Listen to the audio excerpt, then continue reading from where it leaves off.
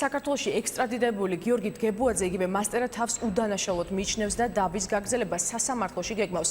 კუდის ყოფილი მაღალჩინოსნს უკვე შეხვდნენ ადვოკატები ეგრეთ წოდებული მატროსოვის ციხეში.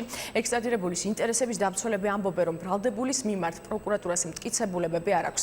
დგებუაძე სასამართლოს წინაშე აღკვეთის ღონისძიებების პატიმრობის დასადასტურებლად 48 საათში უნდა წარსდგეს, რაც შეეხება ბრალდებას. მთავარი პროკურორის ინფორმაციით, დგებუაძის ექსტრადირება ნიდერლანდების სამეფოდან საერთაშორისო დაკისრი ვალდებულების და ხელშეკრულების ფარგლებში განხორციელდება. მას ამ ეტაპზე გამოძიება ეგრეთ წოდებული ნავთლუღის სპეცოპერაციის საქმეზე განზრახ მკვლელობას ედავება. ცოტა ხნის წინ მთავარი პროკურორის მოადგილემ განაცხადა, რომ არ არის გამორიცხული კუდის ყოფილ მაღალჩინოსანთან გამოძიებას კითხვები ფარულ ჩანაწერებთან დაკავშირებითაც ჰქონდეს.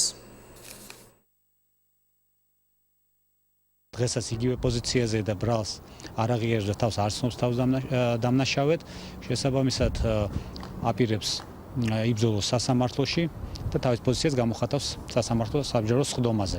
რაც შეეხება ექსტრადირებას, პრეტენზიები ბუნებრივია ნიდერლანდების სამეფოს მიმართ და ამ სახელმწიფოს მიმართ, ვინაიდან თulis რომ არ განხორციელდა კანონის შესაბამისად. Ჩვენი მოთხოვნა დასაშვებლად იქნა ცნობილი ჰოლანდიის სასამართლოს მიერ. მისი ექსტრადირება საქართველოში მოხდა სწორედ ამ სისხლის სამართლის საქმის ფარგლებში, ნათლუღის საქმის ბრალდების ფარგლებში, შესაბამისად საერთაშორისო ვალდებულებების გათვალისწინებით მოხდება მისი საქმის განხილვა მხოლოდ ამ ბრალდების ფარგლებში.